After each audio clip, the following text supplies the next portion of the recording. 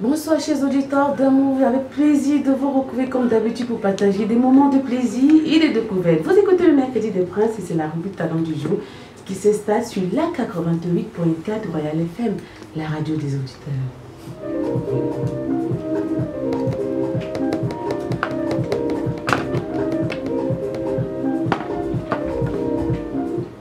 Dans ce numéro de votre rubrique Talent du jour, nous parlerons de beauté et de musique. Nous recevons dans ce studio deux jeunes talentueux. Il s'agit d'un homme et d'une femme. C'est Ifeya Kwamo et Judas, artiste, musicien, rappeur. Avec eux, nous parlerons de leur métier, de leur objectif, métier et à court terme.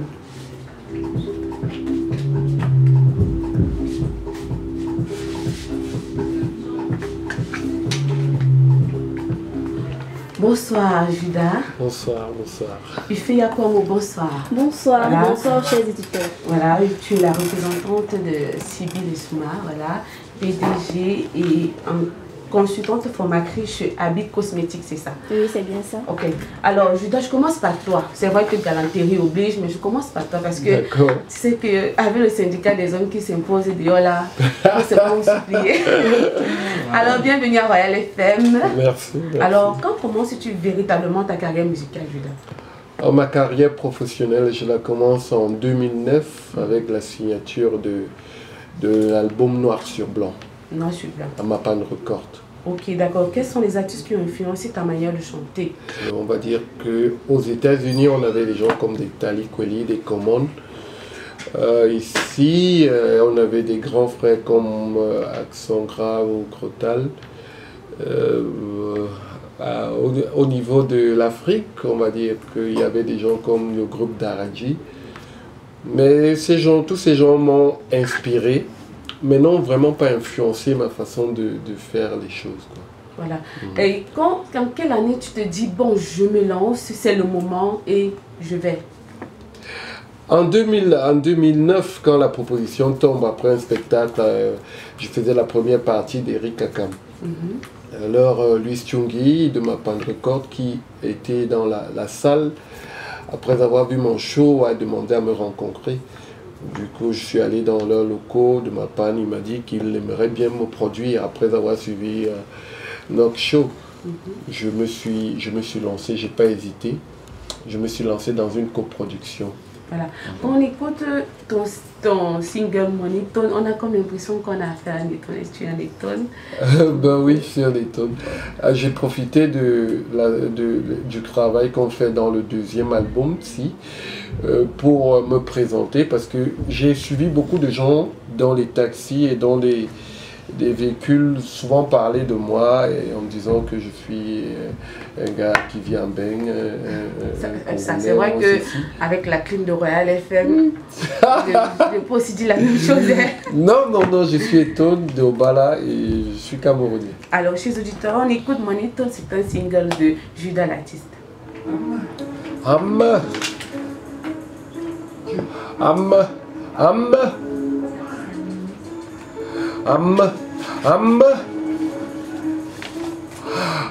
Nigga, Moneyton. Rappeur mini-million de monde à Tago. Je suis pas une gomme, mon frère, je pisse debout. Revendique mes 15 minutes de folie. Ah, suis-je à la rame si je ne rappe pas dans les délais? Quand les gens cyniques me disent des délais, si mon retour c'est nique sans vos délais. Suis-je un rappeur vulgaire aux dents de lait? Souffre de m'écouter quand je rappe. Rappeur intello, pas vos à peu près. J'ai pas pris mon bas pour suivre vos bichaks à la maigre, la morale d'un pays à plat. La vie est dure, je vous comprends. L'État ne fait rien, je vous l'accorde. Tout de blanc vêtu, je vais vous apprendre comment manier les lettres de Molière. Nigo, moi, ton rappeur mini-million de monde. Alors, bravo Judas. On a l'impression qu'on est dans une salle de spectacle. Ouais, alors, moi, dès que j'écoute la musique, c'est parti. Hein. Ouais. Le rap indépendant veut dire quoi? Pour moi, le rap indépendant veut dire que l'artiste ou le rappeur, il a mis l'argent dans sa poche pour payer ses frais de studio et sa promotion pour être connu, quoi. Ok. À part le rap, tu fais un autre style Ben, n'aura pas le rap, je fais pas un autre style. Je vais dire, je peux rapper dans d'autres rythmes. Comme le beat aussi. Oui, comme le beat aussi, je peux rapper. Comme le makossa, je peux rapper dessus. Mais je fais pas un autre style, à part le rap. Ok. Quand tu ne chantes pas, que fais-tu d'autre, Judas? Quand je chante pas, le matin, je me réveille toujours avec les travaux graphiques parce que j'ai une formation en graphisme de production et en audiovisuel. Voilà. J'aimerais te poser cette question. Penses-tu que le vestimentaire compte beaucoup pour un artiste aujourd'hui? De nos jours, beaucoup. Beaucoup. Parce que certains disent que l'habit ne fait pas le moine, mais moi je pense que l'habit aide à reconnaître un moine.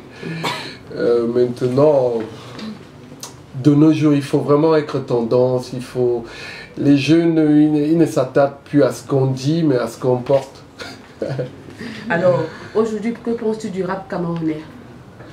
Est-ce que ça évolue depuis 2009 que tu as commencé à chanter? Je pense que ça a beaucoup évolué par rapport à notre époque.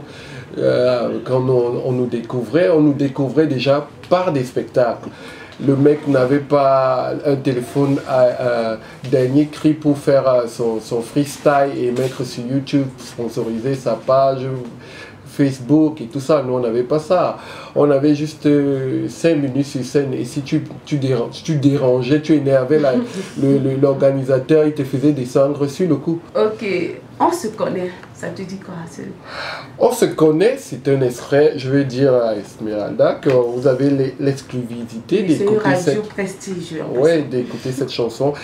En fait, elle sortira en mars, je pense, parce que j'ai prévu qu'elle sorte pendant la fête de la jeunesse, mais mon réalisateur a perdu son papa. Donc du coup, je vais lui laisser faire le deuil et on va se mettre au travail après les obsèques de son père. Donc, ok, chers auditeurs, moi je vous connais, on se connaît. Écoutez, on se connaît du tir.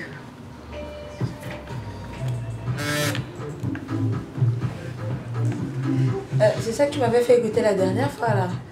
Vous avez retravaillé ça parce que ça sonnait pas.